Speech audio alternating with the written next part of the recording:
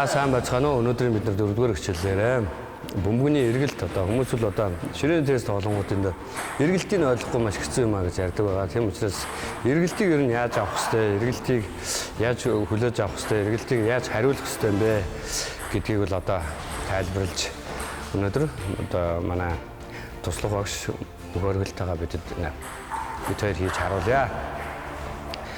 За эргэлтийг бол мэдээж эргэлтийн өөрийнх нь дагуу авч болно. Мөн эргэлтийн эсрэг үйлчлэлээр эсрэг талаас нь хашиж юм эргэлтүүдийг бол хүлээж авах боломжтой байдаг. Мөн хажуу эргэлт, хажуу дээшээ, хажуу доошоо эргэлт, дээшээ эргэлт гэдэг одоо эргэлтийн төрлүүд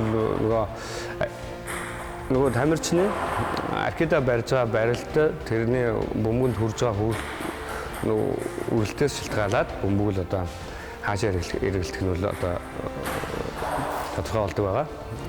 Тэрийг бол одоо мэдээж ширээний тесийн тамирчид бол одоо давуултаар маш сайн оноо авахын тулд бол одоо эргэлтүүдэд гарныхаа хөдөлгөөнүүдийг маш олон янзаар хийж нуудаг байгаа.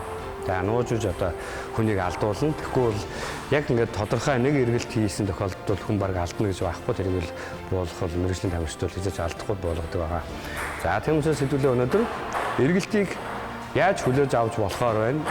Эргэлт нөгөө аркидэн дээр очиод яаж үйлчилж байна вэ гэдгийг хараа хэдүүлээ.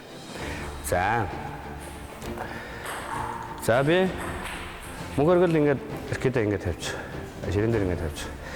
За энэ би одоо энэ аркид руу хажуу эргэлттэй бөмбөг явууллаа. Хажуу. Баруун хажуу эргэлттэй бөмбөг явууллаа. Баруун хажуу эргэлттэй бөмбөг л аркидэн дээр буугаад баруун тишээ явж байна тийм үү? Ийм явж штэ. Ийм явж. Тэгэхээр бид нар хаанаас нь хасч авах вэ гэдгийг одоо бид нар ойлгож авах хэрэгтэй. Тэгэхээр баруун хажуу хийсэн дагуултыг баруун талаас нь хасч авна гэсэн үг шүү. За одоо оргилыг над руу явуулах шүү. За. Ингэж над руу ирж байгааз над руу чигээрээ. Өгшөө хашаарай. Энэ хасчиж юм. Ингэж явж байна. Ихсэн. За энэ баруун хажуу эргэлттэй. За ийм эргэлтийг бол ингэж хамгаалах нь. За баруун дээшээ хажуу хийлээ би одоо. Зурга. Тэнгүүд дээшээ ширээнээс бөмбөг хөөрж аваад хараарай. Тэнд очичоод ширээнээс бөмбөг салж аваад энэ эрзэн дээрээсээ түлхэлд аваад дээшээ хариу үйлдэл үзүүлж байна гэсэн үг шүү. За. За энийг тэгэхээр мөнх оргил болонгууд ингэж барьсан мөртлөө хажуу талаас нь хасч барьсан мөртлөө жоох ингэж доош нь дарж барих юм шүү. За харуулъя. Одоо дээш хөрөхгүй аваад. Дээш хөрөхгүйгээр яг чигээрээ явж. Ихсэн.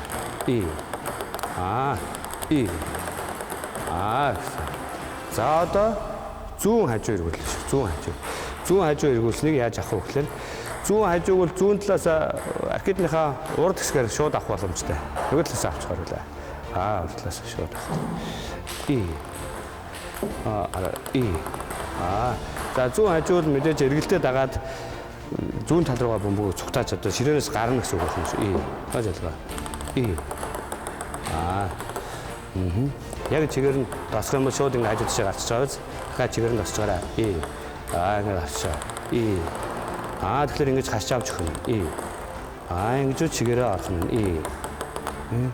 Гэсэн. За мөн хажуу дэшээ хийнгүүт бөмбөг дэшээ хөөрж өгнө. Ширээнээс хөндөрнө гэсэн үг шүү. Хөндөрөөд аваад энийг бас мөн дээрээс нь дарж авч өгнө. За одоо доошоо эргэлттэй бөмбөг явууллаа.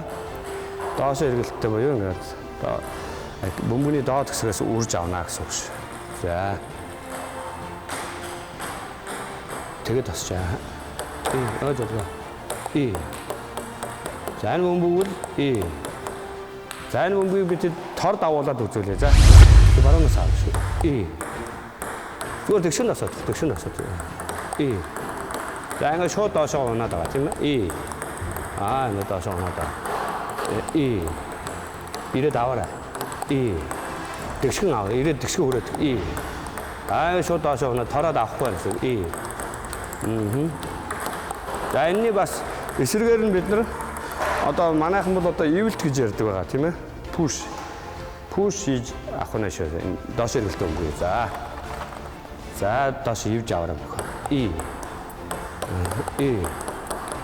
Шээ. Ша богно. Ирээд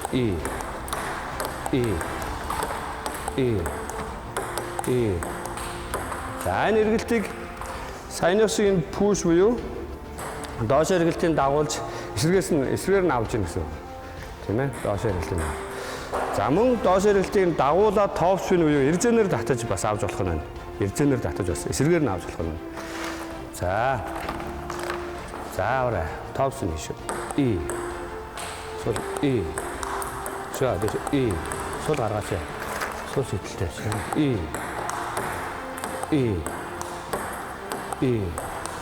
Ингээд аркетийнхаа эрзэнээр татах юм шүү. Гэсэн. Нааша өөр дагаад яваач.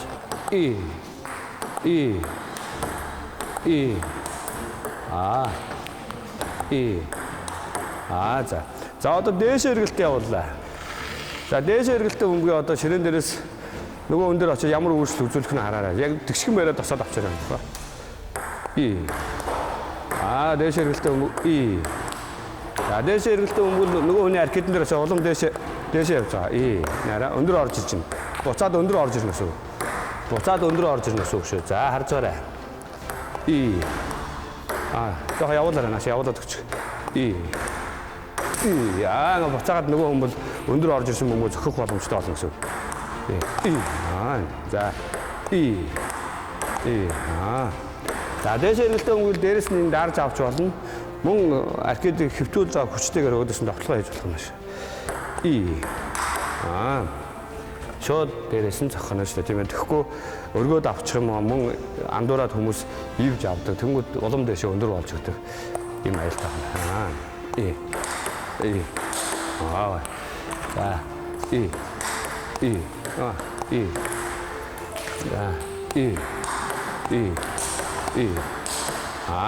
Ийм дэше эргэлтээ өнгө шууд дээрээс нь хашиж зохиож авах нь. За өнөөдөр эргэлтийн талаар хүүхдүүд маань одоо ойлгож байна уу багш нь?